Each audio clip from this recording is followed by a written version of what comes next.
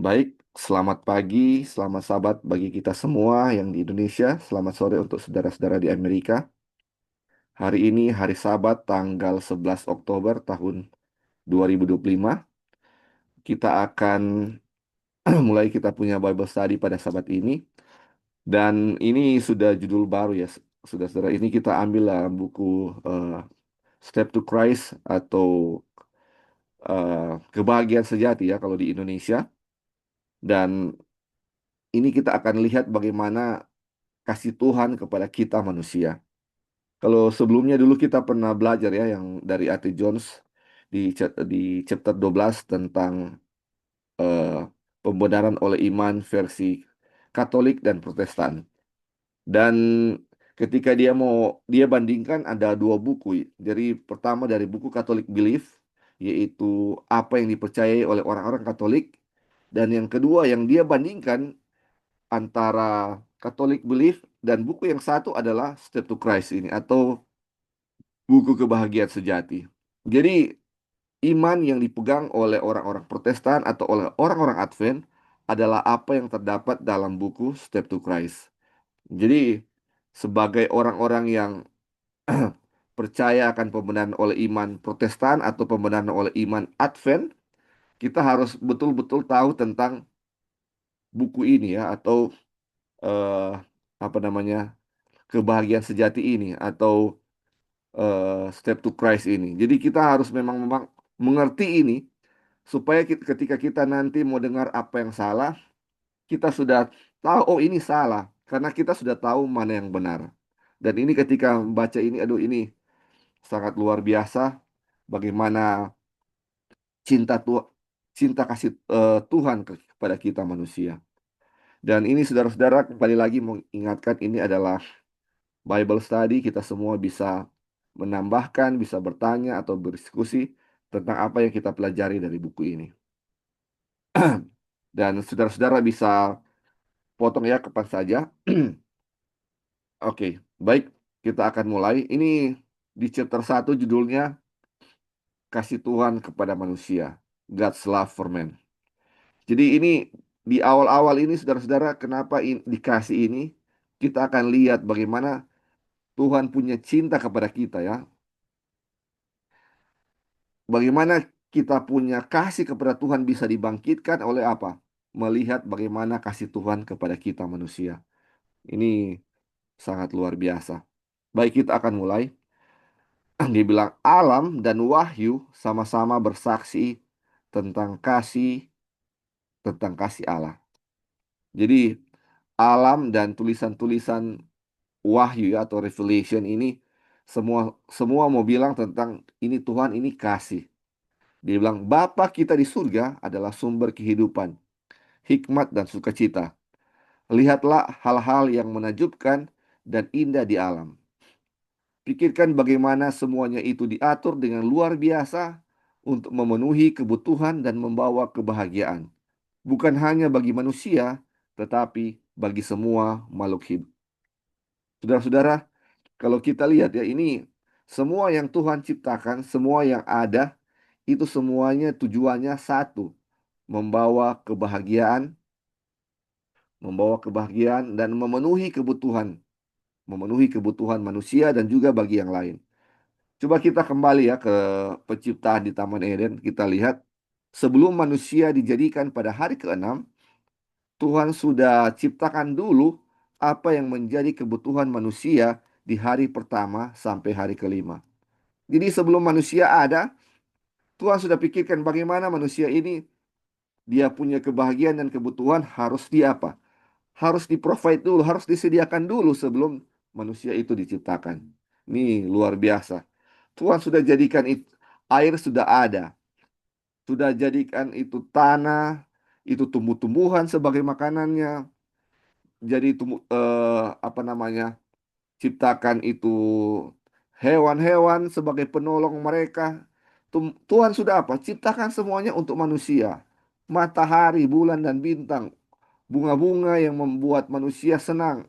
Semua itu Tuhan sudah ciptakan ya untuk kebutuhan dan kebahagiaan manusia. Dia bilang sinar matahari dan hujan yang menggembirakan serta menyegarkan bumi, bukit-bukit, laut, dan lembah-lembah, semuanya berbicara kepada kita tentang kasih Sang Pencipta. Dialah Allah yang menyediakan kebutuhan sehari-hari bagi semua makhluknya. Dalam kata-kata indah pemazmur, mata sekalian orang menantikan engkau, dan engkau pun memberi mereka makanan pada waktunya. Engkau yang membuka tanganmu dan yang berkenan mengenyangkan segala yang hidup. Mazmur 145 ayat 15 dan 16. Saudara-saudara, setiap kita mendapatkan sinar matahari, hujan, atau kita lihat tanaman-tanaman, bunga-bunga, semuanya itu lihat, aduh ini Tuhan kasih untuk saya. Ini Tuhan punya cinta kepada saya sehingga dia kasih ini matahari. Ini hujan, semua itu adalah cinta Tuhan kepada kita. Luar biasa. Makanya dibilang di Mazmur Raja Daud bilang apa? Mata sekalian orang apa? Menantikan engkau, engkau memberi mereka makanan pada waktunya. Ini ini adalah makanan secara jasmani dan rohani. Jadi kebutuhan jasmani Tuhan sudah apa? Akan memberikan kita makan pada waktunya. Begitu juga apa? Makanan rohani akan ada waktunya Tuhan apa? Akan kasih kepada kita. Semuanya Tuhan pasti akan kasih kepada kita karena Dia sangat mengasihi atau mencintai kita. Terus kita lanjut ya saudara-saudara. Dibilang Allah menciptakan manusia dalam keadaan suci dan memiliki kebahagiaan sempurna. Dan bumi yang indah ketika keluar dari tangan Sang Pencipta tidak memiliki noda kebusukan atau bayangan kutuk. Jadi ini kita sudah tahu ya bersama-sama ketika manusia pertama kali diciptakan ini apa? Suci, indah, tidak ada satu kebusukan pun, ada noda sedikit pun ya. Sempurna. Tuhan sudah ciptakan sempurna manusia, kebahagiaannya pun apa? Sempurna. Terus dibilang pelanggaran terhadap hukum Allah atau hukum kasih telah membawa kesengsaraan dan kematian. Waduh, ini yang sudah terjadi ya. Terus dibilang, namun bahkan di tengah penderitaan yang dihasilkan oleh dosa, kasih Allah tetap dinyatakan. Kasih Allah tetap dinyatakan. Saudara-saudara, ini kita diciptakan sempurna, manusia diciptakan sempurna. Ketika jatuh dalam dosa, dibilang apa? Ketika jatuh, upah dosa adalah maut. Ada kesengsaraan dan ada kematian. Tapi dibilang di sini ya, walaupun katanya di tengah penderitaan karena hasil dari dosa ini, dibilang kasih Allah ini masih dinyatakan. Mari kita lihat ya. Dia bilang, tertulis bahwa Allah mengutuk tanah demi kepentingan manusia. Ini Kejadian 3:17. Kalau kita baca ya, dia bilang God cursed the ground for thy sake. Dibilang Allah mengutuk tanah untuk kebaikanmu. Tapi kalau kita mungkin baca di Alkitab terjemahan sekarang, terjemahan Indonesia ya, Alkitab terjemahan Indonesia ya, yang sekarang kita baca dibilang terkutuklah tanah karena engkau ya. Tapi kalau kita baca di bahasa Inggris, terkutuklah tanah untuk kebaikanmu. Jadi lebih jelas kalau kita baca di bahasa Inggris, ini terkutuk tanah untuk kebaikanmu. Atau ini dibilang terkutuklah tanah untuk kepentingan manusia, untuk kepentingan manusia. Mari kita lihat ya, dia bilang duri dan semak belukar, kesulitan dan cobaan yang menjadikan hidup manusia penuh kerja keras dan kekhawatiran ditetapkan untuk kebaikannya sebagai bagian dari latihan yang diperlukan dalam rencana Allah untuk mengangkat manusia dari kehancuran dan kerendahan yang disebabkan oleh dosa. Jadi saudara-saudara, ketika Allah mengutuk tanah, ketika Tuhan izinkan semak belukar bertumbuh di tanah, itu kelihatannya sangat gimana ya, sangat aduh ini sangat tidak baik kalau kita lihat. Tetapi ternyata itu ada tujuan yang Tuhan mau kasih kepada manusia. Dibilang itu ditetapkan untuk apa katanya kebaikan sebagai apa? Sebagai latihan atau dibilang sebagai training yang dibutuhkan untuk mengangkat manusia dari kerancuran dan kerendahan yang disebabkan oleh dosa. Jadi ini kehancuran apa yang disebabkan oleh dosa yang ini yang sehingga apa ini tumbuh-tumbuhan atau semak belukar ini bisa bertumbuh? Apa dia punya tujuan ya? Apa ya tujuan dari semak belukar yang bisa mengangkat manusia dari kehancuran dosa? Kita sudah tahu ya saudara-saudara, ketika manusia jatuh dalam dosa, upah dosa adalah maut kan? Upah dosa adalah maut. Upah dosa adalah maut dan sudah ketika manusia berdosa, sudah mulai akan ada apa? Sakit penyakit. Bayangkan saudara-saudara kalau kalau tidak ada semak belukar, manusia tidak akan usahakan tanah itu kan, nggak akan mau dicangkul, nggak akan dikeluarkan semak belukar ketika mau bercocok tanam. Jadi tidak ada aktivitas fisik yang cukup ya, yang kalau kita mau lihat di sini. Jadi ini diperlukan ya, ini duri, semak belukar diperlukan supaya manusia bisa apa? Bekerja, berpeluh ya, berpeluh. Berpeluh ini untuk apa? Kebaikan manusia. Manusia bisa seperti olahraga ya, mengeluarkan keringat. Karena apa? Ketika jatuh dalam dosa, mereka sudah ada kecenderungan untuk apa? Bisa sakit ya, bisa sakit, bisa mati. Jadi ini kebaikan Tuhan mengizinkan ada ini semak belukar untuk tumbuh supaya manusia bisa bekerja. Dengan bekerja itu ada apa? Ada kesehatan yang bisa dihasilkan. Kesehatan yang bisa dihasilkan. Ini semuanya Tuhan ciptakan untuk kebaikan manusia. Jadi saya teringat ya ini eh, ketika baca buku eh, para nabi dan bapa, Patriarch Prophet tentang kehancuran Sodom, dibilang ini tanah Sodom ini di lembah Sodom itu tanah yang sangat subur kan, dan ini kota Sodom ini yang paling subur di antara lembah di situ ya, di lembah lembah Sodom situ.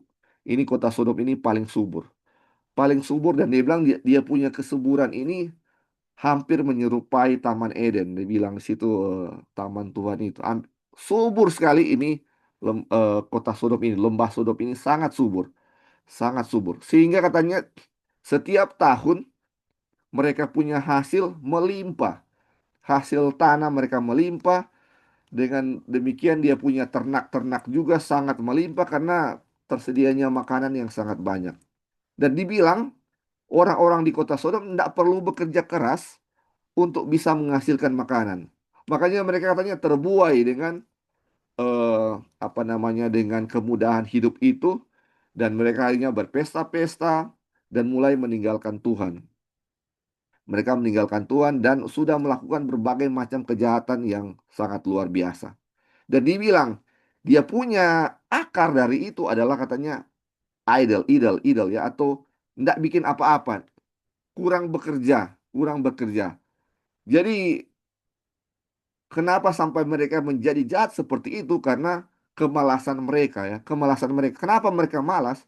Karena kesuburan tanah yang sangat luar biasa di Sodom itu. Sehingga makanan mereka sangat apa? Sangat berlimpah. Dan ini saudara-saudara, ketika kita melihat ini, kenapa Tuhan membuat semak belukar ini?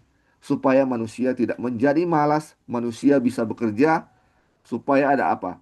Untuk mengangkat mereka dari kerendahan yang disebabkan oleh dosa. Ketika tidak ada semak belukar ini, tidak perlu kerja keras, kita bisa melihat ya, contoh dari Sodom yang membuat mereka hancur. Kota itu dibakar ya. Seharusnya dibakar di akhir zaman ketika Tuhan mau datang ya. Tetapi ini sebelum Tuhan datang, salah satu kota yang dihancurkan dengan api adalah apa? Sodom dan Gomora. Ini sangat luar biasa akibat dari apa? Akibat dari dosa ini atau dari kemalasan yang ditimbulkan oleh apa? Kebaikan dari tanah. Terus dibilang, dunia ini meskipun telah jatuh, bukanlah semata-mata tempat kesedihan dan penderitaan. Di dalam alam indah itu sendiri terdapat pesan-pesan pengharapan dan penghiburan. Ada bunga-bunga yang tumbuh di antara duri, dan ada duri pun ditutupi dengan mawar. Jadi saudara-saudara kita sudah melihat ya ini bahwa setiap ciptaan Tuhan ada kebaikan Tuhan di balik itu semua. Ketika ada semak belukar, ada duri-duri, di balik duri pun ini pohon mawar itu berduri tetapi timbul apa? Bunga yang sangat indah. Itu menunjukkan bahwa Tuhan sangat mengasihi kita. Kuasa Tuhan ada di situ. Kuasa Tuhan ada di setiap apa? Ciptaannya. Walaupun sudah dinodai oleh apa? Oleh dosa. Oke, saudara-saudara, sampai di sini. Mungkin ada yang mau tambahkan? Dipersilakan dari apa yang sudah kita baca, sudah kita pelajari. Ada yang mau tambahkan atau ada yang mau bertanya, dipersilakan. Sebelum kita lanjut. Oke, kalau belum ada kita lanjut ya, saudara-saudara. Nanti kalau ada yang mau tambahkan, dipersilakan. Bisa dipotong. Dibilang, Allah adalah kasih. Tertulis pada setiap kuncup bunga yang mekar, pada setiap helai rumput yang tumbuh hijau. Burung-burung yang indah memenuhi udara dengan nyanyian gembira mereka. Bunga-bunga berwarna lembut yang sempurna menyebarkan keharumannya ke udara. Pohon-pohon hutan yang tinggi menjulang dengan dedaunan hijau yang rimbun. Semuanya menjadi kesaksian tentang kasih sayang yang lembut dan pemeliharaan penuh kasih dari Allah kita, serta tentang keinginannya untuk membuat anak-anaknya berbahagia. Oke, sudah-sudah tadi kita sudah bahas ya ini tentang apapun yang Tuhan ciptakan, semuanya untuk kebahagiaan manusia. Ketika penciptaan, sebelum manusia diciptakan, Tuhan sudah sediakan semuanya ya. Tumbuh-tumbuhan, burung-burung di udara, ikan-ikan di laut, semuanya untuk kebahagiaan manusia. Ini ini tujuan utama adalah supaya manusia berbahagia. Jadi ketika kita sedih atau kita ada sesuatu hal yang membuat kita murung, apapun itu bukanlah tujuan Tuhan. Tuhan sediakan semuanya bagi kita, Dia ciptakan semuanya bagi kita untuk apa? Kita berbahagia. Walaupun alam ini sudah dinodai oleh apa? Oleh dosa. Kita lanjut. Dibilang firman Allah menyatakan tabiatnya. Dia sendiri telah menyatakan kasih dan belas kasihannya yang tak terbatas. Ketika Musa berdoa, perlihatkanlah kiranya kemuliaanmu kepadaku. Tetapi firman-Nya, aku akan melewatkan segenap kegemilanganku dari depanmu atau di hadapanmu. Keluaran 33 ayat 18 dan 19. Inilah kemuliaannya. Tuhan berjalan di depan Musa dan berseru, Tuhan, Tuhan, Allah penyayang dan pengasih, panjang sabar, berlimpah kasihnya dan setianya, yang meneguhkan kasih setianya kepada beribu-ribu orang, yang mengampuni kesalahan, pelanggaran, dan dosa. Dia panjang sabar dan berlimpah kasih setia, karena dia berkenan kepada kasih setia. Wah, ini luar biasa. Ini ketika Musa bilang ya, saudara-saudara, kepada Tuhan, Tuhan, kasih show me thy glory. Perlihatkan kamu punya kemuliaan. Mungkin harapan Musa ini mau lihat Tuhan punya kemuliaan itu seperti apa ya? Dia punya keajaiban yang luar biasa, dia punya kegemilangan yang luar biasa ya. Tetapi ini yang Tuhan tunjukkan, dia punya glory itu adalah apa? Dibilang apa? Tuhan bilang apa? Tuhan itu Allah penyayang dan pengasih sambang panjang sabar, berlimpah kasih setianya, yang meneguhkan kasihnya kepada beribu-ribu orang, mengampuni kesalahan, pelanggaran, dan dosa. Itu adalah apa? Glorinya Tuhan. Tuhan punya kemuliaan itu, ini dia punya kebaikan kepada kita. Dia punya panjang sabar, dia punya suka mengampuni. Waduh, ini sangat luar biasa dia punya glory ini. Dia punya apa? Dia punya kemuliaan ini. Ini yang dia punya kemuliaan ya, saudara-saudara. Dia punya kemuliaan. Makanya saudara-saudara ini waktu kita belajar waktu lalu di chapter 8 dari uh, Arthur Jones punya khotbah di Bethel Creek yang kita sudah ikuti waktu lalu ya. Itu dibilang umat Tuhan pada akhir zaman akan apa katanya ketika menerima hujan air itu akan bercahaya ya. Ini seperti Musa juga ketika turun dari gunung, dia punya muka bercahaya.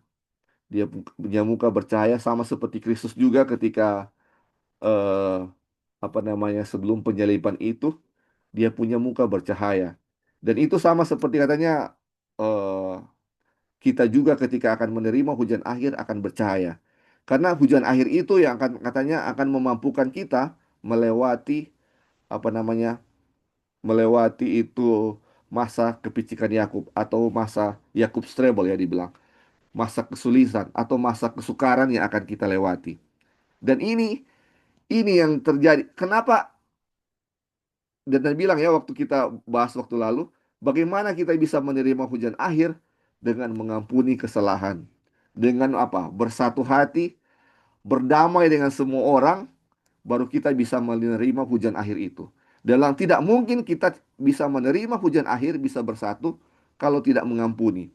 Dan itu ya saudara-saudara, ketika saling mengampuni, saling mengasihi, kemuliaan Tuhan menjadi bagian kita juga ya. Ini sama seperti dia punya glory, Tuhan punya glory itu mengampuni kesalahan, pelanggaran dan dosa. Begitu juga kita ketika menerima hujan akhir, sebelumnya itu kita sudah apa? Mengampuni kesalahan, pelanggaran orang-orang yang bersalah kepada kita, kita sudah apa? Kita sudah ampuni. Kita sudah selesai dengan manusia dengan segala apa? Permasalahan-permasalahan. Ini makanya kita akan apa? Bercahaya ya, akan bercahaya sama seperti Yesus, sama seperti Musa ketika turun dari apa? Gunung ini ketika dibilang perlihatkan kamu punya kemuliaan kepadaku. Dan ini kemuliaan Tuhan ya, dia punya panjang sabar, dia punya apa? Kasih kepada manusia. Oke, sampai di sini ada yang mau tambahkan saudara-saudara?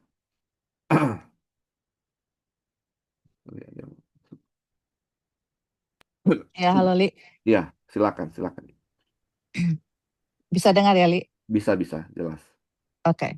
Ya, jadi kita lihat ini di pelajaran buku Kebahagiaan Sejati ya, kalau bahasa Inggris Steps to Christ. Iya, Em, dia punya pelajaran ini sangat sangat bagus di saat kita pelajari lagi, dan sangat apa namanya, sangat, kalau kita bilang sangat righteousness by faith lah, seperti itu. ya, Karena waktu lalu kita belajar pelajaran righteousness by faith yang dibawakan oleh Ate John, kita lihat itu pelajaran ini sangat sangat sejajar sekali dengan apa namanya, dengan buku Step to Christ atau Kebahagiaan Sejati gitu. Nah, kalau kita enggak salah di chapter terakhir itu, kalau bahasa Indonesia Kebahagiaan Sejati ya judulnya. iya. Makanya Lagi-lagi. di bukunya itu dibilang Kebahagiaan Sejati. Nah, kalau kita lihat Kebahagiaan Sejati yang pasal terakhir dan kita lihat pasal pertama, kita lihat di situ bahwa di pasal pertama pun Tuhan menginginkan kebahagiaan untuk umatnya gitu. Dimana di saat Tuhan menciptakan kita, semua sudah ada kan. Jadi yang tadi Lali bilang, sudah ada matahari, bulan, dan Ya, bintang, sudah ada tumbuh-tumbuhan, sudah ada makanan, semua itu sudah di-provide sama mereka gitu. Jadi misalnya, kalau misalnya ada orang yang menikah contohnya gitu. Jadi orang tuanya sudah memberikan mereka rumah, memberikan mereka tanah, tumbuh-tumbuhan, dan semuanya untuk mereka nikmati gitu. Jadi Tuhan kita itu begitu gitu loh. Maksudnya dia sangat mencintai kita, dia menginginkan akan kebahagiaan sejati untuk manusia gitu. Karena God is love, Tuhan itu adalah kasih, yang dia pikirkan adalah bagaimana menunjukkan kasihnya kepada manusia gitu. Jadi sejak manusia diciptakan, kita sudah lihat kasih Tuhan gitu. Dan kasih Tuhan itu dinyatakan di mana? Di alam kan, dibilang di alam dan di dalam firman Tuhan gitu. Dan kalau kita lihat di alam mengenai kasih Tuhan itu, manusia pun sudah waktu jatuh dalam dalam dosa, Tuhan menunjukkan kasihnya, yaitu apa tadi dia bilang itu, semak dan duri ya, ya, sama untuk dulu. for thy sake. Udah sih. Iya, jadi untuk kebaikan kita juga gitu. Jadi untuk semua yang istilahnya sesudah jatuh dalam dosa, kalau kita lihat itu adalah apa yang Tuhan planning atau apa yang Tuhan ciptakan itu adalah untuk kebahagiaan kita manusia gitu. Jadi Tuhan punya pikiran itu adalah bagaimana untuk hasil ciptaannya itu, walaupun kita sudah rebel against God, sudah berdosa sama Tuhan, sudah melanggar Tuhan, tapi yang Tuhan pikirkan itu bagaimana walaupun kita dalam keadaan berdosa, dia mau untuk kita manusia mempunyai kebahagiaan sejati. Jadi kita lihat di sini bahwa ada langkah-langkah yang Ellen White tulis di buku ini yang untuk membuat itu kita bahagia gitu. Bahagia dan bukan bahagia hanya senang-senang, istilahnya orang manusia bilang hanya pesta pora bersenang-senang, bukan, tapi benar-benar senang gitu ya. Dan itu kita lihat langkah-langkahnya itu sangat sangat um, sangat indah, dan kita rasa kita semua perlu pelajari kembali karena kita sudah diberikan Tuhan pekabaran malaikat ketiga, kebenaran oleh iman, dan juga medical missionary. Di dalam buku Kebahagiaan Sejati ini semua dua-dua itu ada di situ. Bagaimana Tuhan menginginkan kebahagiaan kita, kebahagiaan sejati itu juga adalah dengan menolong orang lain di situ ya. Nanti kita akan pelajari in the future. Tapi di sini dia punya chapter pertama ini adalah landasan, fondasi bagaimana untuk kita masuk ke chapter kedua. Sebelum kita pelajari bab kedua, kita semua benar-benar harus mengerti bab pertama, bagaimana kita bisa melihat kasih Tuhan gitu. Kasih Tuhan itu ada di mana-mana, walaupun hasil ciptaannya sudah berdosa, sudah dinodai oleh dosa, tapi di alam itu tertulis kasih Tuhan itu gitu loh. Kalau kita benar-benar spend time di alam, sangat luar biasa ya. Maksudnya kita bisa melihat akan kasih Tuhan gitu. Jadi kita teringat waktu kita keluarga pergi ke Kanada, ada satu garden yang sangat indah yang mereka bikin itu, mereka tanam itu kan di Amerika itu atau di Kanada itu ada 4 musim, musim semi, musim panas, musim gugur, dan musim salju. Jadi di setiap musim itu ada tanaman-tanaman yang mereka bisa tanam, dan one year round itu, satu tahun itu ada bunga-bunga sesuai dengan musimnya. Waktu pergi ke situ mengunjungi taman itu, aduh teman-teman, pas masuk di taman itu kita bisa apa namanya, ruang apa udaranya itu baunya sangat enak gitu, bau bunga-bunga begitu, smell so good, sampai kita langsung sepertinya kayak mau menangis karena kita bilang, Tuhan ini sudah 6.000 tahun gitu ya, udah 6.000 tahun kita jatuh dalam dosa, dan kita melihat bunga-bunganya sangat indah dan masih smell so good gitu loh. Bunganya itu baunya sangat harum sekali. Terus kita langsung ingat, aduh gimana ya di Taman Eden itu, gimana ya di surga yang nggak pernah jatuh dalam dosa istilahnya, dan sangat perfect, bunga-bunganya nggak mati, dan kita bisa bayangkan, aduh di Taman Eden itu paling smell so good gitu loh. Maksudnya udaranya itu harum sekali karena kita di sini udah 6.000 tahun pun masuk di taman itu, you can smell the flower, it smells so good gitu. Jadi kita bisa lihat kalau kita spend time di alam, apalagi cium bau bunga begitu, kita bisa rasakan, aduh Tuhan, you are so good gitu lah ya. Maksudnya sangat baik, sangat menginginkan kebahagiaan untuk anak-anaknya, sama seperti orang tua. Siapa yang mau lihat, siapa yang mau ada orang tua di sini nggak yang mau lihat anaknya menderita, menangis, komplain, atau bersungut-sungut, atau lesu-lesu. Nggak ada orang tua mau lihat anaknya begitu. Orang tua mau lihatnya anaknya bergembira gitu loh, mempunyai kebahagiaan yang benar-benar mereka bahagia. Di saat orang tua melihat anaknya bahagia, disitulah terletak kebahagiaan orang tua gitu. Saat kita lihat kita punya anak-anak senang, oh that makes me so happy gitu loh. Jadi itulah Tuhan yang inginkan gitu. Nah, bagaimana kita memperoleh kebahagiaan sejati itu? Nah, ini di buku ini mau kasih tahu, inilah kebahagiaan yang Tuhan mau berikan kepada kita di saat kita tidak mengikuti langkah-langkah itu. Nah, di situ tidak ada kebahagiaan sejati gitu. Karena kebahagiaan sejati itu hanya ada dalam Yesus dan ada dalam cara yang Tuhan mau berikan kepada kita untuk kita manusia bisa benar-benar memperoleh kebahagiaan sejati. Oke, Li, thank you, itu aja. Ya, terima kasih untuk tambahannya, betul ya. Sangat luar biasa ya ini kebaikan Tuhan. Tujuan Tuhan ini kita untuk berbahagia ya, saudara-saudara. Jadi harusnya kalau kita itu mengikut Tuhan Yesus itu harusnya berbahagia ya. Ini karena kebahagiaan sejati ada dalam Yesus ya. Jadi ketika kita ada kekhawatiran, ketidakbahagiaan di situ, pertanyaan apakah betul-betul kita di dalam Yesus atau enggak sebenarnya? Karena di dalam Yesus walaupun ada masalah-masalah, kita nggak akan khawatir seperti itu. Makanya ini ya kita baru pelajari bagaimana itu kebahagiaan sejati itu bisa menjadi milik kita ya. Bagaimana kita bisa memiliki kebahagiaan sejati. Itu dia punya Step to Christ, dia punya judul terakhir adalah kebahagiaan sejati ya. Yang kalau di bahasa Indonesia dia ambil judulnya kebahagiaan sejati dari chapter terakhir ya.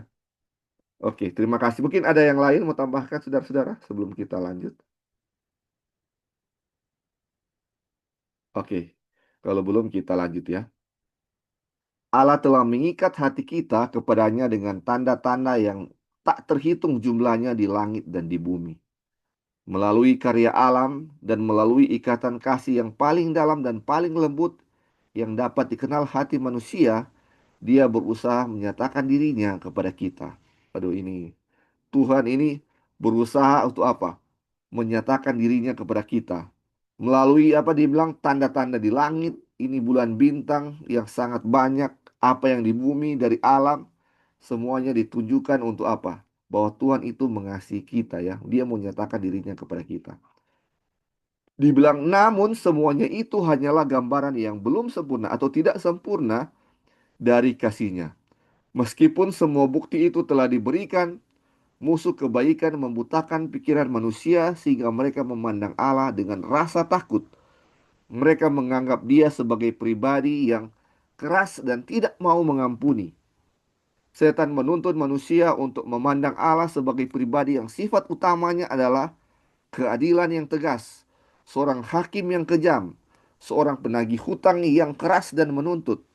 Ia menggambarkan sang pencipta sebagai pribadi yang dengan mata cemburu mengawasi kesalahan dan kekeliruan manusia agar dia dapat menimpakan hukuman atas mereka.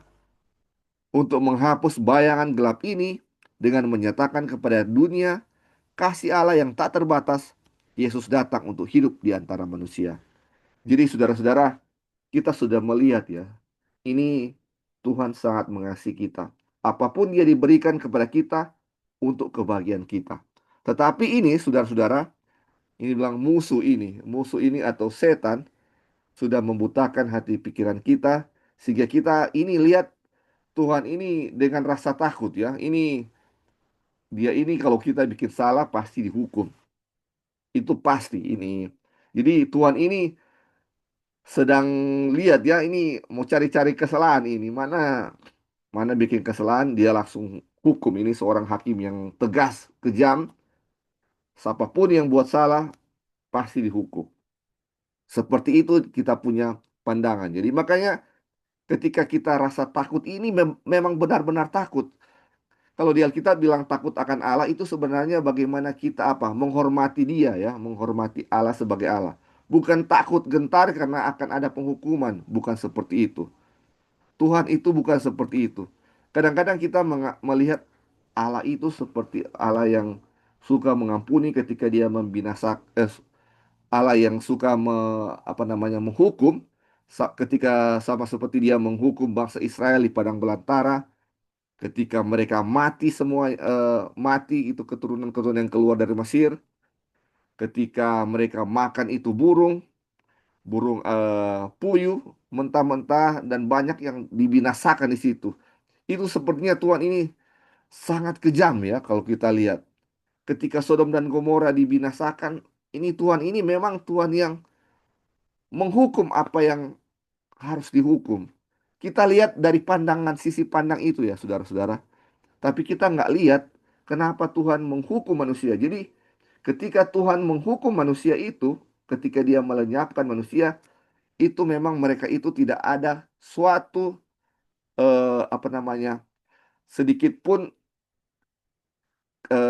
peluang untuk bisa bertobat atau dibilang 0% untuk bertobat ya. Ini mereka nggak mungkin untuk Tuhan tahu bahwa mereka sudah tidak mungkin akan bertobat. Seperti dia menghukum bangsa-bangsa kafir. Tidak ada tidak ada peluang untuk bisa mereka bertobat ketika dia menghukum mereka ya. Dan juga ketika bangsa Israel ya ketika dia hukum di padang belantara, ini bayangkan saudara-saudara, ini kalau saya baru sadar juga ya. Ini ketika bangsa-bangsa itu, bangsa Israel yang makan daging dan rakus ya waktu itu, sampai daging mentah pun mereka makan. Dan itu kalau kita tahu ya, seperti kita lihat ya, kita sudah tahu, ketika mereka makan rakus seperti itu, apa yang akan ditimbulkan? Pasti penyakit ya.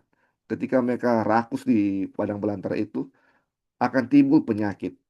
Dan ketika bayangkan kalau mereka tidak dibinasakan waktu itu ya, ketika mereka akan timbul penyakit mungkin diabetes, asam urat, penyakit darah tinggi. Ketika mereka memiliki itu, mereka akan menurunkan penyakit itu kepada anak-anak mereka. Sehingga kalau mereka akan keturunan mereka itu eh, anak-anak mereka lahir, akan ada kecenderungan bagi anak-anak mereka untuk memiliki penyakit yang sama, dan itu mereka ini akan masuk ke tanah Kanaan. Jadi Tuhan tidak mengizinkan hal itu terjadi ya. Tidak mau untuk keturunan-keturunan itu memiliki penyakit yang akan dibawakan oleh oleh orang tua mereka yang rakus itu. Jadi salah satu Tuhan izinkan itu menghukum mereka untuk kebaikan bagi manusia juga, untuk kebaikan bangsa Israel. Jadi Tuhan menghukum mereka yang rakus atau yang terjadi waktu di padang belantara itu. Jadi semua apa yang Tuhan lihat, Tuhan hukum itu semuanya berdasarkan kasih dan untuk kebaikan bagi umat manusia, bukan sebagai Allah yang kejam yang menghukum orang. Jadi ini kita lihat ya, ini bagaimana Tuhan apa sangat mengasihi kita. Dia punya kebaikan sangat luar biasa. Walaupun kita lihat, kita pandang ya Tuhan dengan rasa takut itu adalah suatu hal yang salah kalau kita lihat seperti itu. Karena Tuhan ini Tuhan yang panjang sabar dan mau mengampuni kesalahan. Ketika kita sudah baca tadi ya, ketika Musa bilang, "Show me thy glory," tunjukkan kemuliaanmu. Tuhan menunjukkan dia punya apa? Dia punya panjang sabar, kasih setianya kepada kita. Itulah kemuliaan dari Tuhan ya, kemuliaan dari Tuhan. Oke, kita lanjut. Dia bilang, anak Allah datang dari surga untuk menyatakan Bapa.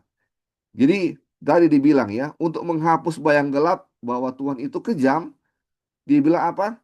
Dia utus, dia punya anak atau Yesus untuk datang atau hidup di antara manusia. Dan dia bilang, anak Allah datang dari surga untuk menyatakan Bapa. Tidak seorang pun yang pernah melihat Allah, tetapi anak tunggal Allah yang ada di pangkuan Bapa, dialah yang menyatakannya.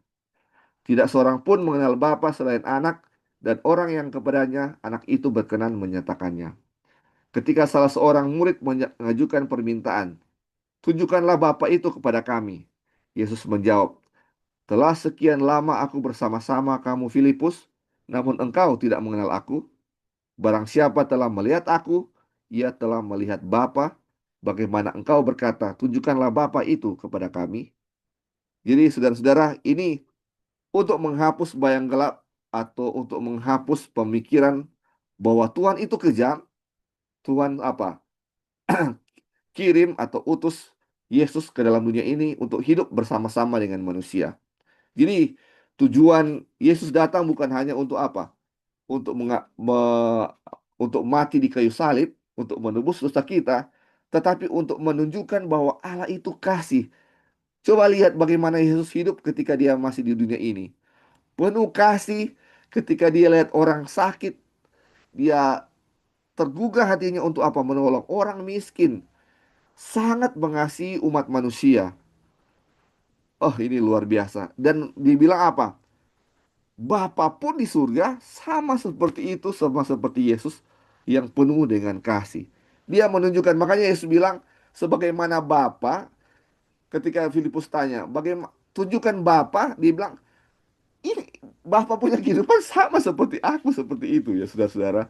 Ini menunjukkan bahwa sebagaimana Yesus itu kasih, sangat mengasihi manusia, begitu juga Bapa sangat mengasihi kita sebagai manusia. Kadang-kadang kita pikir ya saudara-saudara, bahwa Yesus itu sangat mengasihi kita, sedangkan Bapa di surga adalah Bapa yang kejam. Jadi seolah-olah Bapa mau hukum kita, tapi ada Yesus yang tahan-tahan. Oh jangan dulu Bapa, jangan dulu hukum mereka. Bukan seperti itu ya saudara-saudara.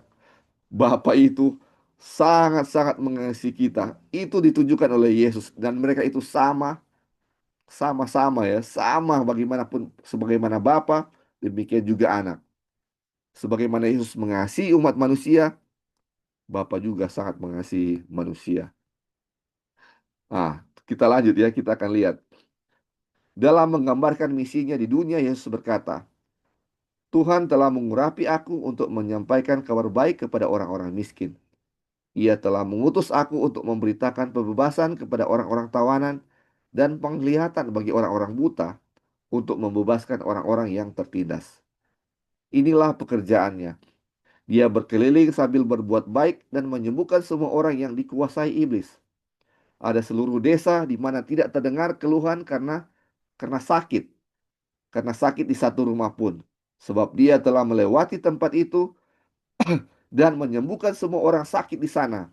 Pekerjaannya merupakan bukti dari pengurapan ilahinya. Kasih, belas kasihan, dan kemurahan hati dinyatakan dalam setiap tindakan hidupnya.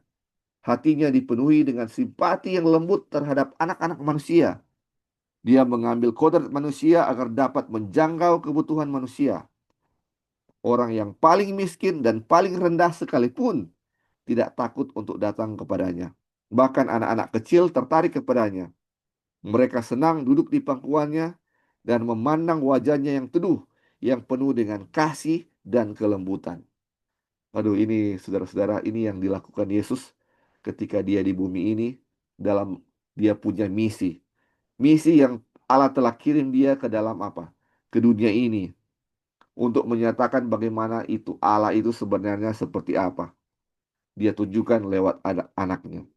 Ini apa? Mengasihi orang miskin. Semua dia kasih ya, saudara-saudara. Menyembuhkan orang sakit. Bahkan dibilang ada satu desa ketika Tuhan Yesus lewat di situ, tidak ada satu rumah pun dibilang. Tidak ada satu rumah pun yang sakit ya. Tidak ada orang yang sakit di satu rumah pun di desa itu. Karena Tuhan lewat di desa itu. Ini luar biasa. Wah, sangat diberkati. Ketika Tuhan lewat di situ, di desa itu, semua orang di situ sehat. Yang sakit disembuhkan. Itulah bagaimana apa?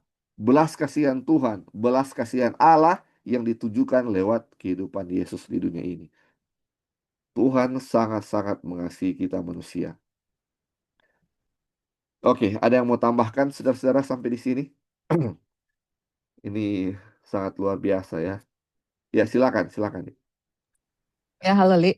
Ya, Luar biasa sekali ya pelajarannya yang kita pelajari saat ini. Jadi coba kita pikirkan ya, maksudnya gini, Tuhan Yesus kan datang ke dunia ini untuk menunjukkan Bapa ya sama kita, iya kan? Menunjukkan iya, kasih betul. Bapa gitu. Kenapa Tuhan Yesus harus datang tunjukkan kasih Bapa kepada manusia? Karena manusia itu sudah salah mengerti Ya, tentang karakter Tuhan. Dan yang bikin itu siapa? Setan kan tadi itu Ellen White bilang. Nah, kalau kita connect ini pelajaran dengan pelajaran mengenai apa namanya? Pada waktu midnight itu di zaman kita nanti ya, di zaman kita pada waktu midnight atau tengah malam itu, Ellen White tulis di buku Christ Object Lesson itu, midnight itu atau pada waktu tengah malam itu kan arti rohani gitu, spiritual. Nah, waktu Ellen White tulis apa itu definisi midnight itu tengah malam, Ellen White tulis di situ dunia kita ini sudah diselubungi oleh kegelapan, yaitu salah pengertian tentang karakter Tuhan. Ini salah satu ya teman-teman, selain dari doktrin-doktrin palsu yang akan muncul, tapi yang di situ yang waktu kita baca, kita bilang, wow, jadi ini dunia ini, ya itu sama ya dengan kenapa Tuhan Yesus datang itu, untuk menunjukkan kasih Bapa kepada dunia, selain dia harus menebus dosa kita gitu loh. Jadi, salah pengertian kita tentang Tuhan Yesus gitu, tentang Bapa gitu ya, karakter Bapa. Dan kalau kita lihat karakter Bapa di chapter 1 pun adalah kasih ya gitu, dia menginginkan akan kebahagiaan manusia gitu. Makanya coba lihat Tuhan Yesus di dunia ini. Yang dia bikin itu adalah apa? Memberikan kebahagiaan kepada manusia. Yang tadi bilang waktu pernah di Yesus di dunia ini, nggak ada satu di rumah pun yang sakit gitu loh. Nah sekarang waktu Tuhan Yesus sudah kembali ke surga, siapa yang harus menjadi dia punya wakil di dunia ini gitu, untuk menunjukkan kasihnya? Pengikut Kristus. Siapa yang harus jadi wakil? Ya, Bali? Pengikut Kristus kita semua. That's right. Kita semua yang menjadi Kristen. wakil untuk representatif akan Kristus gitu loh. Karena di dunia kita ini orang sudah salah mengerti mengenai Yesus, sudah banyak ajaran-ajaran palsu. Jadi udah nggak tahu yang mana yang benar gitu loh. Jadi Tuhan Yesus membutuhkan kita semua untuk menunjukkan kasih-Nya kepada manusia gitu. Nah itu makanya tadi ya salah satu Tuhan tunjukkan caranya itu untuk menolong orang miskin, iya kan? Tuhan sudah urapi Tuhan Yesus membawa gospel dan juga menyembuhkan orang sakit gitu. Nah itulah tujuan kita yang kita belajar selama ini adalah pelajaran dari medical missionary kan, yang kita pelajari bagaimana kita bisa menolong orang lain menunjukkan kasih Kristus gitu loh. Itu dia punya apa ya, salah satu tujuan untuk kita menjadi medical missionary di dunia ini penuh dengan orang sakit. Bukan hanya dunia ini, mungkin kita sendiri sakit gitu loh, yang Tuhan mau kita sembuh. Jadi kalau kita coba pikirkan kembali, kalau Tuhan menginginkan kebahagiaan sejati di kita, apakah dengan kita sakit kita memperoleh kebahagiaan sejati? Apakah kita dengan sakit kita itu senang? Kalau kalian berada dalam sakit, dalam keadaan yang sakit parah atau lagi kesakitan gitu loh. Itu kalau lagi sakit itu nggak ada kebahagiaan untuk saya gitu ya, apalagi merenungkan akan kasih Tuhan, merenungkan firman Tuhan. Forget about it gitu, nggak bisa untuk kita konsentrasi akan hal-hal rohani, merenungkan Tuhan kalau kita lagi dalam keadaan sakit gitu. Jadi Tuhan benar-benar mau setiap manusia itu tahu akan karakternya, memiliki akan kebahagiaan sejati yang dia rindu untuk berikan kepada kita gitu. Dan dia rindu untuk kita semua individu menjadi representatif akan dia gitu loh. Kasih kepada dunia akan karakter supaya dunia bisa mengetahui akan karakternya. Dan yang tadi Lali ada bahas mengenai apa tadi Li itu yang bangsa Israel itu mereka mati, banyak yang mati kan di padang belantara. Coba kita lihat ya dengan kita punya kehidupan sekarang. Waktu mereka mati itu mereka makan daging itu masih mentah kan mereka makan. Dan itu yang tadi Lali bilang. Coba kalau Tuhan nggak izinkan mereka mati, mereka makan. Udah berapa banyak penyakit yang mereka akan dapat dan bisa diturunkan kepada anak-anaknya. Itu sangat betul sekali. Dan kalau kita lihat ya, I'm a little bit surprised right now. Maksudnya kaget juga gitu. Kalau kalian pernah makan di restoran yang sushi, tahu kan sushi, Japanese restaurant itu restoran orang Jepang. Itu kebanyakan apa di situ kalau kita lihat dia punya menu. Makan mentah teman-teman, daging mentah. Aduh, kalau kalian makan daging mentah, kalian akan lihat betapa mengerikan dia punya efek di kita punya tubuh gitu. Udah pasti ada cacingan, udah banyak penyakit-penyakit karena dagingnya tidak dimasak. Itu mengingatkan saya kepada bangsa Israel gitu yang makannya mentah gitu ya. Jadi Tuhan dalam belas kasihan, jadi apapun yang Tuhan lakukan itu kita harus lihat kasih Tuhan itu di mana gitu. Karena dia nggak mau umat-umat Tuhan yang harusnya menjadi dia punya representatif, jadi wakil, yang harus menjadi yang paling pertama dalam bidang kesehatan, yang paling pertama di dalam dia punya fisik. Yang kalau orang lihat itu, kenapa mereka seperti itu ya? Kita bilang, karena because we have our God, karena kita punya Tuhan, yang Tuhan punya peraturan, yang care, yang sangat peduli dengan kita punya health, kita punya kesehatan gitu. Kenapa mereka seperti Daniel 10 kali lebih? Karena mereka punya diet itu diet makanan yang sehat gitu. Jadi semua orang akan tanya, kenapa? Jadi disitulah di saat itu kita bisa kasih tahu, ini Tuhan gitu loh. Kenapa mereka orangnya baik, orangnya begini. Jadi mereka akan lihat bahwa ada Tuhan situ, karakter Tuhan terpancar di situ. Dan itulah umat-umat yang Tuhan mau untuk kita di akhir zaman ini gitu. Apalagi kita sudah dekat akhir zaman ya, kita sudah mau masuk tanah Kanaan. Kalau teman-teman lihat yang what's going on lately di kita punya dunia, apalagi di Amerika, apalagi setelah Charlie Kirk kalau kalian tahu itu, meninggal, waduh, ini Amerika is not the same anymore gitu loh. Kita itu lagi turning point. Semua orang bilang it's a turning point from USA. Dari Amerika itu is a turning point. Di mana Ellen White bilang ada peristiwa-peristiwa yang kita nggak sangka itu akan terjadi gitu loh. Dan it's kalau kita lihat ya memang betul-betul perubahan yang terjadi di sini. Yang kita lihat yang mana I mean orang-orang itu kita sudah tahu lah, we are nearing at the end. Jesus is coming soon for sure gitu, dengan semua tanda-tanda gitu. Dan Tuhan membutuhkan orang-orang yang fit gitu ya, yang fit itu untuk memberikan pekabaran malaikat ketiga ke seluruh dunia, untuk melewati time of trouble. Dan juga di waktu midnight itu yang kita belajar di buku Ellen White itu, mereka akan merepresentasikan kasih Yesus gitu. Mereka akan menolong orang-orang, mereka akan mempunyai karakter Yesus 100%. Dan disitulah orang-orang dunia melihat akan karakter Yesus. Tapi Ellen White juga bilang, in crisis your character reveal. Di dalam punya krisis itu yang midnight itu, kita punya karakter hanya dinyatakan. Dinyatakan itu berarti kita sudah build kita punya karakter dari sekarang. Bukan nanti midnight baru kita mau tolong orang, bukan di midnight waktu kita tolong orang sakit, bukan di midnight kita mau kasih karakter Yesus. Hanya dinyatakan, dan Ellen White bilang, kita nggak bisa kasih apa yang kita nggak punya, dan itulah kita punya oil, di Ellen White bilang. Minyak, kebenaran Kristus gitu. Kalau kita nggak punya kebenaran Kristus, sekarang ini dan dinyatakan di luar, gimana pada waktu tengah malam krisis itu nggak ada oil ya nggak, makanya itulah gadis-gadis yang bodoh ya. Makanya Tuhan mau kita betul-betul mengetahui benar-benar akan kasih Kristus gitu, betul-betul merenungkan kasih Kristus di alam, di dalam firman Tuhan, melihat betapa Dia panjang sabar untuk kita. Sometimes teman-teman, to be honest, jujur kita pikir malas sudah terlambat.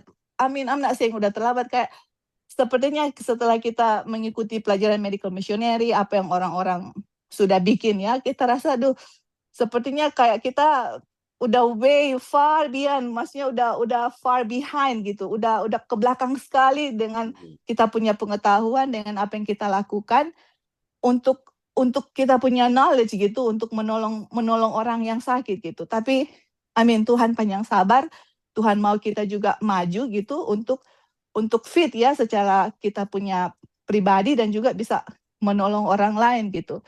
Jadi Tuhan dengan kasih-Nya memberikan kita kesempatan untuk memperoleh apa? Kebahagiaan sejati, mengetahui kasih Kristus, memancarkan kasih Kristus kepada orang lain.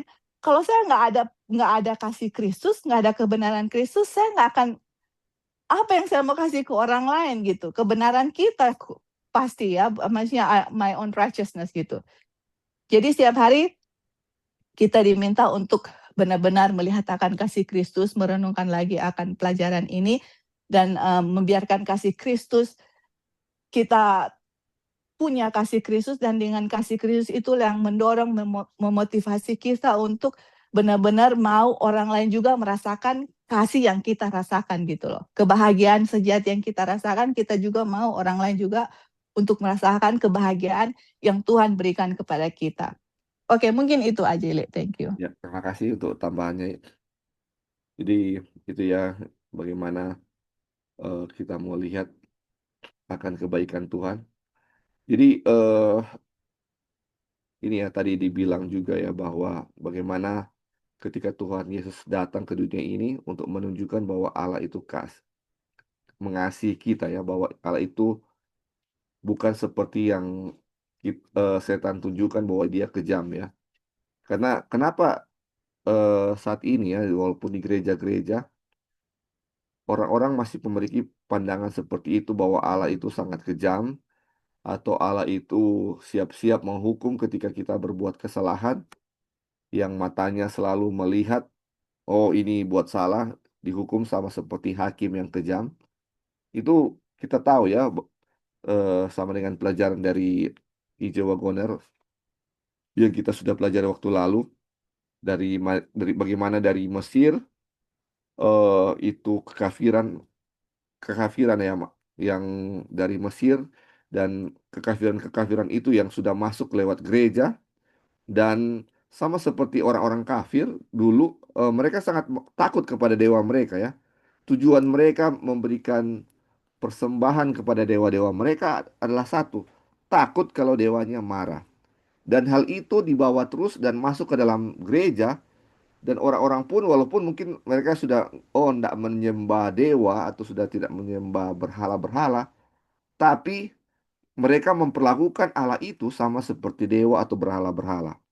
Takut kalau Allah marah, mereka kasih ini, kasih persembahan, kasih apa semuanya dengan satu tujuan, takut untuk Allah, takut takut kalau Allah marah ya, mau menyenangkan Tuhan dengan apa yang mereka bisa lakukan. Dan itu adalah suatu kesalahan yang sangat besar, kesalahan yang besar,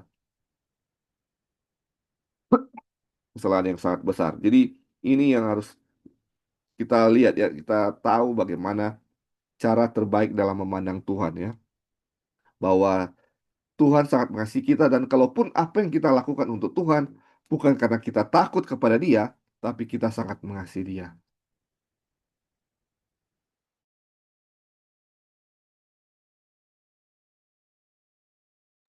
Ya, sorry saudara-saudara.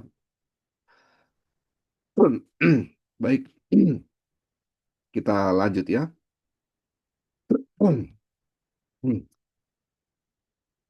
Yesus tidak menyembunyikan satu firman kebenaran, tetapi Dia selalu menyampaikannya dalam kasih. Dia menunjukkan ketulusan, kebijaksanaan, dan perhatian yang lembut dalam pergaulannya dengan orang-orang. Dia tidak pernah berbicara sikap kasar, tidak pernah mengucapkan kata-kata yang keras tanpa perlu, dan tidak pernah menimbulkan luka hati yang tidak perlu pada jiwa yang peka. Dia tidak mencela kelemahan manusia, dia berbicara tentang kebenaran tetapi selalu dalam kasih. Dia mengecam kemunafikan, ketidakpercayaan, dan kejahatan. Namun air mata terdengar dalam suaranya ketika dia mengucapkan teguran yang tajam itu. Dia menangisi Yerusalem, kota yang dikasihinya, yang menolak untuk menerima dia, jalan kebenaran dan hidup. Mereka telah menolak dia, Sang Juru Selamat, tetapi dia tetap memandang mereka dengan belas kasih yang lembut. Aduh. Hidupnya adalah kehidupan penyangkalan diri dan perhatian yang penuh kasih terhadap orang lain. Setiap jiwa berharga di matanya, meskipun dia selalu membawa dirinya dengan keagungan ilahi. Dia juga membungkuk dengan kelembutan hati terhadap setiap anggota keluarga Allah. Dalam setiap manusia, dia melihat jiwa-jiwa yang telah jatuh, jiwa-jiwa yang menjadi sasaran misi keselamatannya. Ini luar biasa ya saudara-saudara. Ini dibilang, ini saudara-saudara kita lihat ya bagaimana Yesus di dunia ini. Dan ketika kita lihat apa yang Tuhan Yesus lakukan, itu kita harus lihat bahwa itu adalah gambaran Allah ya, gambaran Allah. Ketika Yesus ini tidak pernah bicara kasar atau sangat lemah lembut, begitu juga dengan Bapa di surga. Sama seperti itu, lemah lembut dan sangat mengasihi kita. Dibilang dia tidak pernah mencela kelemahan manusia. Ketika dia mau bicara tentang kebenaran, ketika ada kesalahan dan dia mau tegur itu kesalahan, dibilang apa? Dibilang selalu dalam kasih. Dibilang dia mengecam kemunafikan, ketidakpercayaan dan kejahatan. Namun air mata terdengar dalam suaranya ketika dia mengucapkan teguran yang tajam itu. Jadi saya teringat ya ketika dia bilang kepada orang Farisi ya, ketika dia menegur orang Farisi, "Hai kamu ular beludak."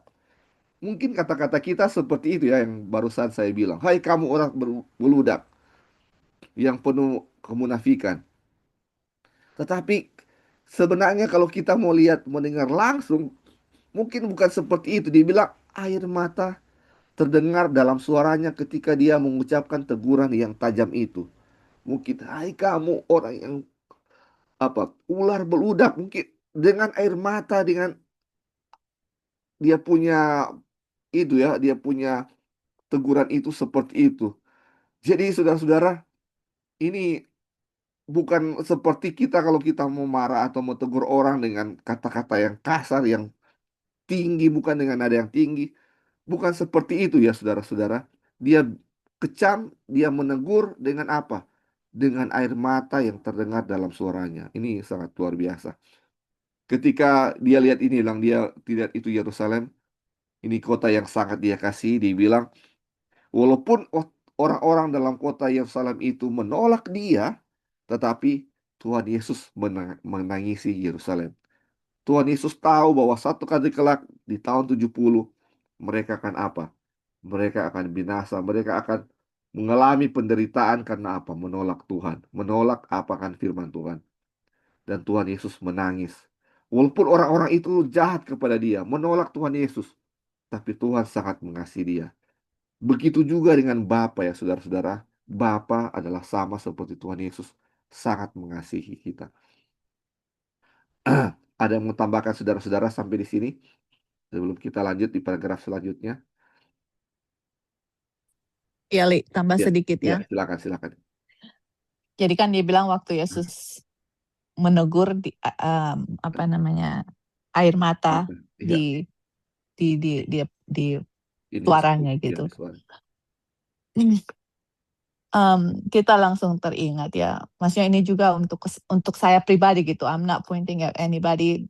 It is for me too. Karena sometimes kita kalau tegur anak-anak juga Iya, betul. kita udah karena udah hilang sabar, nggak ada seperti Tuhan Yesus seperti ini gitu loh. Jadi teguran untuk kita juga sebagai orang tua, dan kita juga teringat orang-orang di luar ya, yang I mean people outside yang mau tegur-tegur gitu, yang kayak mau tegur pemimpin gereja, mau tegur anything ya, mereka ketemu salah di gereja gitu. Mereka tegurnya apalagi kasih di YouTube ya, dan semua orang bisa lihat. Berbicaranya itu sometimes kita nggak bisa lihat ada kasih di situ gitu. Malah sepertinya kayak ada kebencian, ada anything ya, anything beside love lah pokoknya. Jadi kalau kita lihat di sini dan orang bilang ya kita harus tegur kesalahan, harus um, benar-benar kasih tahu salah yang benar-benar. Tapi kalau kita lihat Tuhan Yesus, apa dia nggak tegur salah dan benar-benar, atau yang benar itu benar, salah dia tegur gitu loh. Tapi caranya gitu loh, maksudnya yang saya pelajari dari Tuhan Yesus ini, caranya Tuhan Yesus yang menegur itu loh, yang kayaknya aduh pingin lihat gitu ya gimana Tuhan menegur orang-orang. Ternyata walaupun dia menegur orang-orang yang tadi Lali bilang ya, kamu keturunan ular beludak, atau dia mengusir orang-orang yang ada di Ka'bah jual beli itu,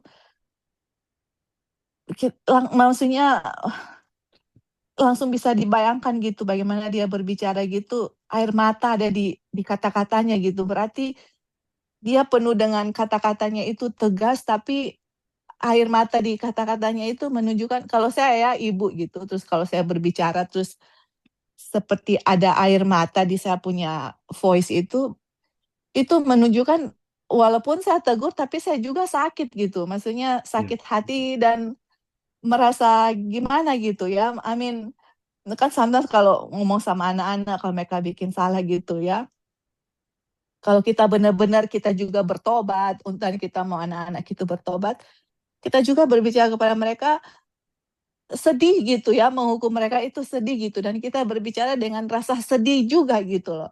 Dan begitu juga Yesus, dia bilang salah-salah, benar-benar, tapi caranya dia gitu. Jadi saya pribadi teman-teman harus belajar banyak dari Tuhan Yesus untuk berbicara gitu ya, apalagi untuk berbicara kepada anak-anak atau mungkin suami sendiri, orang-orang terdekat kita lah gitu.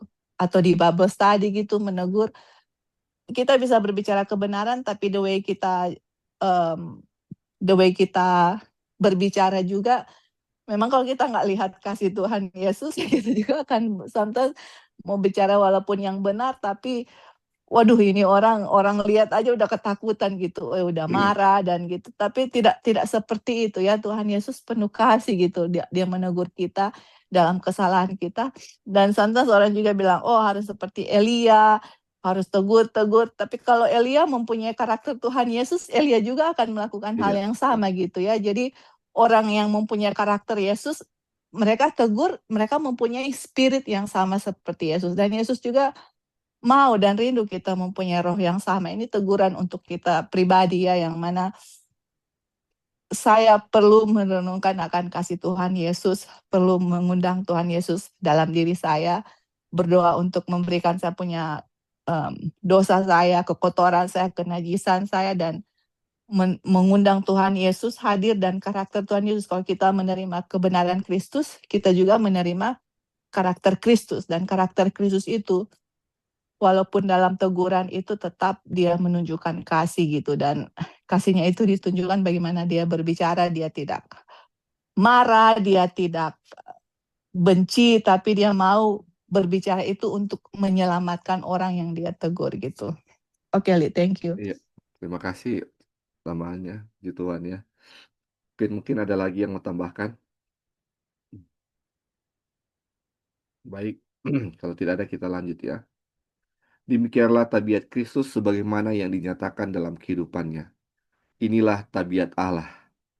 Dari hati Bapa mengalir aliran kasih ilahi yang penuh belas kasihan, yang dinyatakan dalam Kristus dan mengalir kepada anak-anak manusia. Yesus Juru Selamat yang lembut dan penuh belas kasihan adalah Allah yang menyatakan dirinya dalam daging. 1 Timotius 3 ayat 16. Jadi saudara-saudara, inilah tabiat Allah ya saudara-saudara. Mungkin kita sering ya saudara-saudara ini sebagai orang Kristen kita sering banding-bandingkan tabiat Allah itu dengan tabiat Yesus. Ini yang saya sudah bilang tadi ya. Kita sering bandingkan tabiat Allah dengan Yesus. Yesus itu adalah sangat baik hati, murah hati. Sedangkan Allah ini seperti hakim yang kejam yang mau hukum, dan Yesus tahan-tahan. Papa, jangan dulu, jangan dulu. Kasihan mereka, kasihan mereka. Oh tidak, kan saya harus hukum mereka. Bukan seperti itu ya saudara-saudara. Tabiat Allah adalah kasih sama seperti Yesus. Tuhan telah menyatakan tabiatnya di dalam daging, yaitu di dalam Yesus. Di dalam Yesus. Makanya dibilang tadi ya, di ayat tadi, eh, kamu sekian lama aku bersama-sama dengan kamu, Filipus, dan kamu mau tanya bagaimana itu Allah. Allah itu sama seperti kehidupan Yesus, sangat mengasihi dia, sangat mengasihi manusia. Oke, tadi ya silakan bro. Oh, selamat sahabat, Selamat sahabat, saudara-saudara. selamat sahabat. Terima kasih kesempatan. Ada hal yang saya note bahwa pressure itu atau tekanan itu nggak enak banget. Kamu harus ini, kamu harus itu, harus begini, harus begitu. Kan? Dalam konteks kita mau tegur orang lain, ya, sementara kita masih ada di dalam ruang lingkup kesalahan yang sama yang kita buat. Lalu bagaimana kita mau tegur-tegur orang lain? Ya, misalnya contoh dulu di masa-masa lalu harus Bible study kan gitu. Sebelum kita belajar karakter Kristus, kita merasa kita pergi Bible study itu suatu kewajiban, dan kita sepertinya wah di mata Tuhan dengan melakukan itu, sehingga jangan miss satupun jam Bible study. Tetapi ketika orang dituntun oleh kebenaran firman Tuhan, nggak ikut Bible study pun nggak apa-apa, ya kan ada waktu yang lain yang Tuhan siapkan. Jadi bukan adalah suatu oh harus. Nah itu orang ditekan jadi nggak suka. Ya kita namanya pressure, namanya tekanan, jadi tidak nyaman dengan itu. Harus Bible study, harus ini, harus itu, kan seperti itu. Di Tuhan orang-orang yang sudah dituntun untuk mengerti kebaikan Tuhan Yesus, kebenaran Tuhan Yesus, tidak lagi menggunakan konsep harus ini. Dan akhirnya yang terjadi adalah hanya dengan pemeliharaan Tuhan dari satu Bible study ke Bible study yang lain. Seperti itu. Ini salah satu contoh khusus ya. Jadi yang saya maksud tadi pressure atau tekanan yang seperti itu. Ya. Harus masuk gereja. Kalau nggak masuk gereja ada yang kurang di mata Tuhan. Misalnya ya. Jadi kita pergi ke gereja ataupun Bible study itu dengan konsep bahwa wah kalau enggak kita dikutuk, kalau enggak kita tidak ada nilai di mata Tuhan, kalau enggak, dan hal yang kita lakukan itu adalah jadi keterpaksaan dari hati nurani. keterpaksaan, bukan semata-mata dari hati nurani yang benar-benar mau terhubung dengan Tuhan. Saya orang berdosa, mau Did you close the belajar garage? dari Tuhan, kayak gitu. Jadi apa ya? Ini konsep yang salah. Ini konsep yang salah. Dan juga eh, ketika pemimpin kita hanyalah Tuhan Yesus, benar-benar kita semua dididik dan diajar untuk memiliki karakter Kristus. Sehingga konsep-konsep yang tadi itu tidak ada. Ya, puji Tuhan. Terima kasih, brother. Ya, terima kasih bro. Jadi ini sama seperti 10 hukum ya, makanya dibilang hukum kasih. Jadi ketika ada 10 hukum ini yang memang adalah standar, ini memang harus apa namanya, harus dituruti kan? Dituruti. Makanya, tapi ketika, oh kamu harus begini, harus harus hormati ayah dan ibumu, jangan harus itu nggak akan bisa kita mau turuti itu. Kita akan turuti itu karena takut mungkin akan ada hukuman karena tidak menurut 10 hukum itu.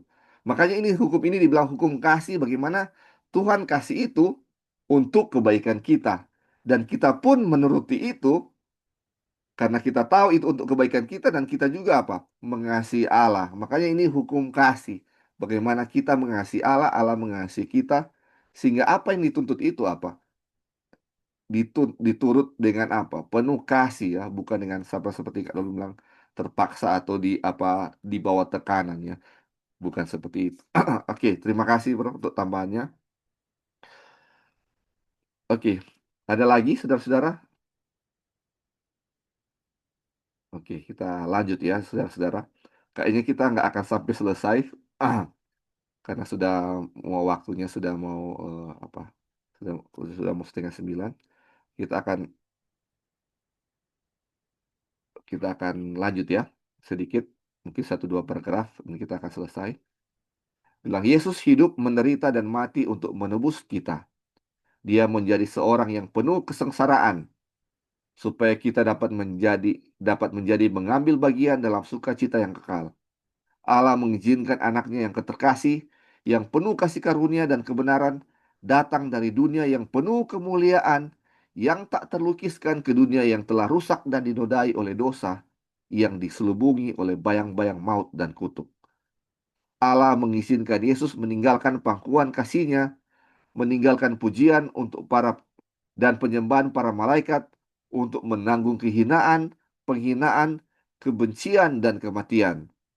Dia tertikam oleh karena pemberontakan kita, dia diremukkan oleh karena kesalahan kita. Ganjaran yang mendatangkan keselamatan bagi kita ditimpakan kepadanya, dan oleh bilur-bilurnya kita menjadi sembuh. Lihatlah dia di padang gurun, di Getsemani, di atas kayu salib. Anak Allah yang tak bercacat itu memikul beban dosa. Dia yang telah menjadi satu dengan Allah, merasakan dalam jiwanya perpisahan yang mengerikan yang disebabkan oleh dosa dari antara Allah dan manusia. Dari bibirnya keluarlah seruan penuh penderitaan. Allahku, Allahku, mengapa engkau meninggalkan aku? Beban dosa, kesadaran akan kedahsyatan dan kebejatannya, serta perpisahan yang ditimbulkannya antara jiwa dan Allah, itulah yang menghancurkan hati anak Allah. Waduh, ini saudara-saudara, ini Yesus menderita, mati untuk kita, dan dia bilang dia menjadi man of sorrow, seorang yang penuh penderitaan, kesengsaraan. Itu dia ambil supaya kita apa katanya? Supaya sukacita kekal. Dan Allah izinkan Yesus untuk tinggalkan itu surga yang dia punya kebahagiaan tak terlukiskan yang sangat luar biasa ya saudara-saudara. Kebahagiaan yang tak terlukiskan untuk datang di dunia yang apa katanya?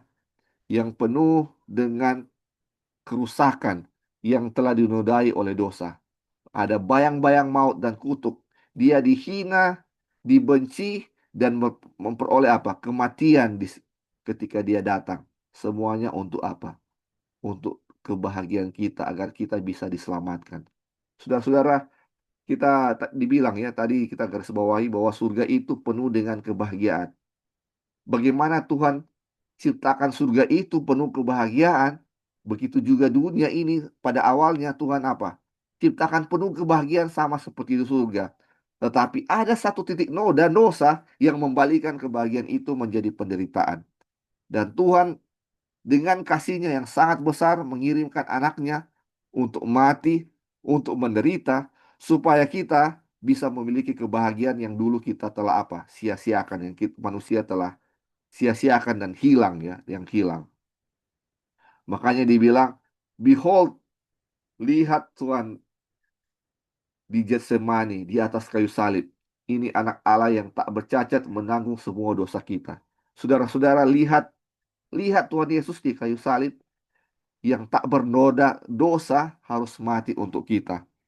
Sehingga dibilang dia punya bibir yang apa? Allahku, Allahku, mengapa engkau meninggalkan aku? Ini, aduh, ini dia punya kata-kata yang sangat luar biasa, yang sangat tertekan, yang mana dia harus terpisah dari Allah yang selama dari kekekalan tidak pernah terpisah. Sekarang harus terpisah karena apa? Karena dosa kejahatan kita ya saudara-saudara. Ini dia punya beban ini sangat luar biasa. Dan digambarkan ya saudara-saudara di kalau tidak salah di buku Kerenduan Segala Sama, ini Yesus ini biasanya ketika orang mau disalibkan itu mereka harus patahkan dia punya kaki supaya orang yang disalibkan itu cepat mau mati ya, cepat mati. Eh, biasa kalau sudah mau malam mereka harus matikan orang yang disalibkan itu dengan cara mematahkan kakinya ya, mematahkan kakinya supaya dia lekas mati. Tapi Yesus ini ketika mereka cek, Yesus sudah mati duluan daripada yang lain ya. Dan biasanya daripada biasanya ya, ini Yesus ini mati lebih cepat daripada orang-orang yang biasanya mati di kayu salib ya. Ini Yesus tergolong yang sangat cepat, sangat cepat. Dan dibilang Yesus itu mati karena apa? Bukan karena ketika dia ditusuk dengan tombak di perutnya, tetapi dia mati karena apa? Broken heart dibilang. Sakit hati, ini bahasa Inggrisnya broken heart. Hancur dia punya hati karena apa? Karena dosa-dosa kita. Dosa-dosa kita. Bagaimana dia harus terpisah dari Allah? Bagaimana beban dosa itu yang sangat luar biasa. Perpisahan yang menimbulkan apa? Jiwanya dengan apa? Allah itu. Dia mati karena itu. Broken heart. Mati karena broken heart. Hancur. Sakit hati yang sangat luar biasa yang ditimbulkan oleh dosa itu. Ini sangat luar biasa bagaimana kasih Tuhan kepada kita. Inilah yang mati karena sakit hati ini Yesus sudah gambarkan kepada kita, saudara-saudara. Oke, ada yang mau tambahkan satu kali sebelum kita mau lanjut dan mungkin paragraf yang terakhir. Kita lanjut ya, saudara-saudara. Dibilang, namun pengorbanan yang besar ini bukanlah dilakukan untuk menimbulkan kasih dalam hati Bapa terhadap manusia. Bukan untuk membuatnya mau menyelamatkan kita. Oh tidak, sama sekali tidak. Jadi saudara-saudara, pengorbanan ini dilakukan bukan supaya Tuhan mengasihi kita, bukan. Tetapi itu untuk menunjukkan bahwa Tuhan sangat mengasihi kita. Dia punya kebalikan, dia bilang, karena begitu besar kasih Allah akan dunia ini, sehingga ia telah mengaruniakan anaknya yang tunggal. Karena kasih Bapa yang sangat besar, sehingga dia kasih dia punya anak ini yang tidak pernah terpisah dengan dia dari kekekalan, saudara-saudara. Dari kekekalan. Bukan berapa tahun, bukan 10 tahun, 50 tahun, bukan. Dari kekekalan tidak pernah terpisah. Dan sekarang harus terpisah karena dosa. Karena kasih, dia rela terpisah dengan Allah. Allah rela berpisah dengan anaknya. Aduh, ini luar biasa, saudara-saudara. Bapa mengasihi kita bukan karena pendamaian yang besar itu. Tetapi ia menyediakan pendamaian itu karena ia mengasihi kita. Kristus adalah saluran melalui siapa kasihnya yang tak terbatas dapat dicurahkan ke atas dunia yang telah jatuh. Allah ada dalam Kristus yang mendamaikan dunia dengan dirinya. 2 Korintus 5 ayat 19. Allah turut menderita bersama anaknya dalam penderitaan Getsemani dan kematian di Kalvari.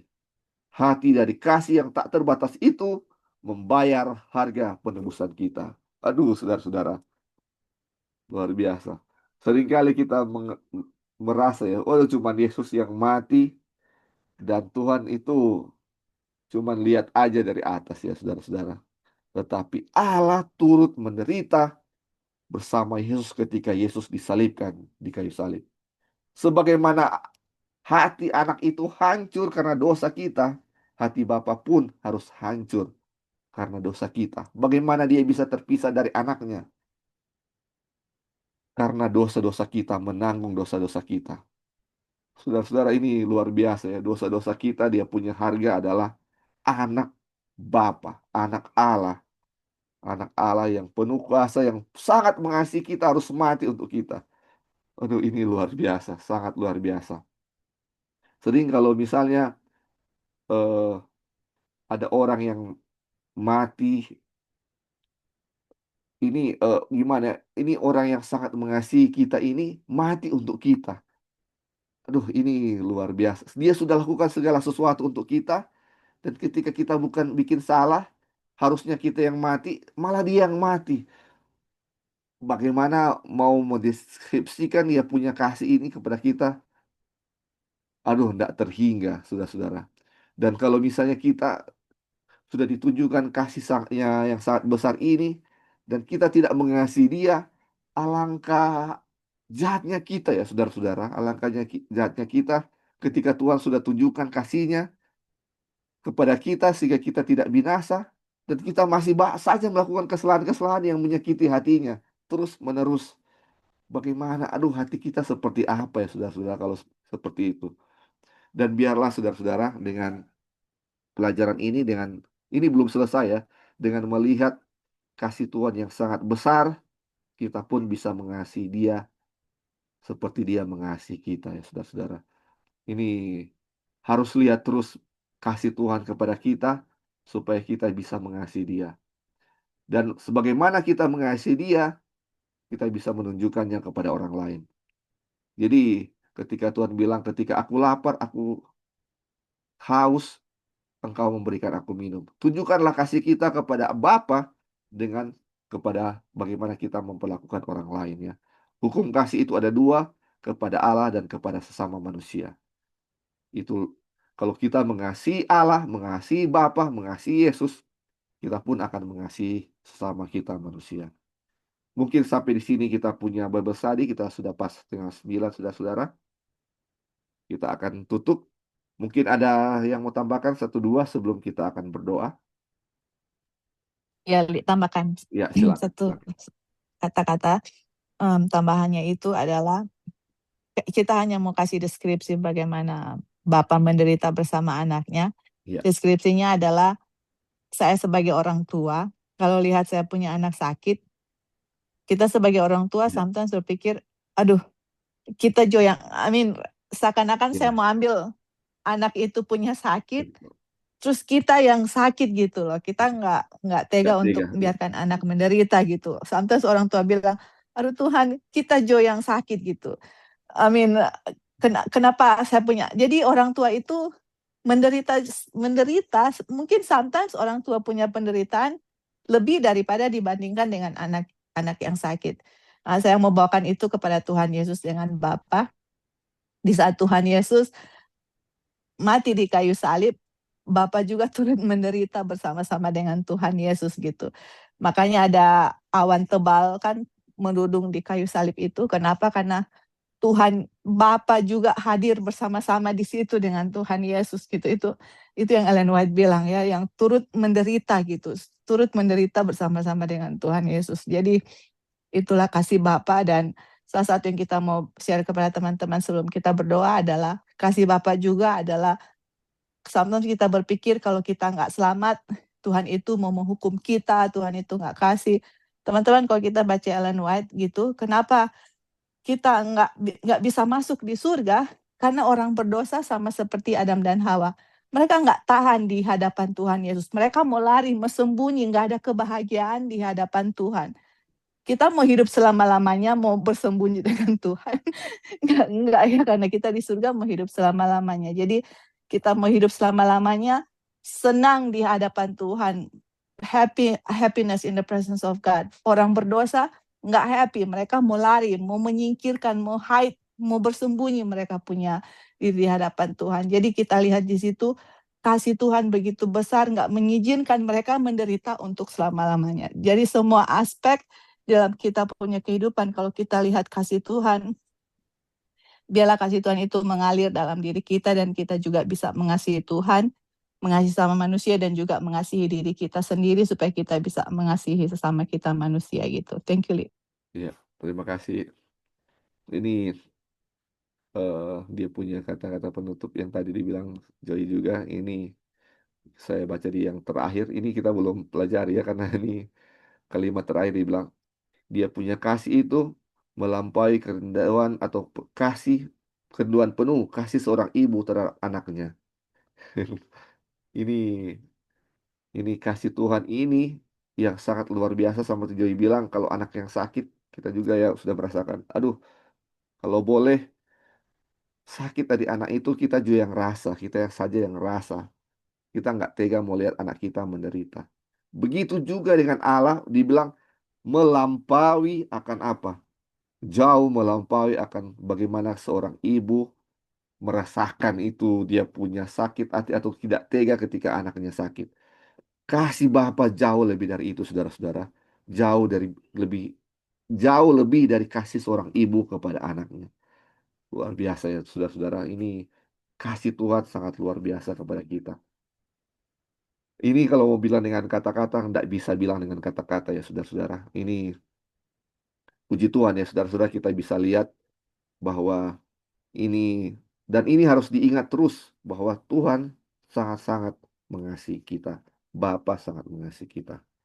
Dan pelajaran kita sampai di sini, kita akan lanjutkan lagi di pertemuan berikut untuk selesaikan dia punya chapter 1 ini. Dan saya bawa dalam nama Yesus. Amin.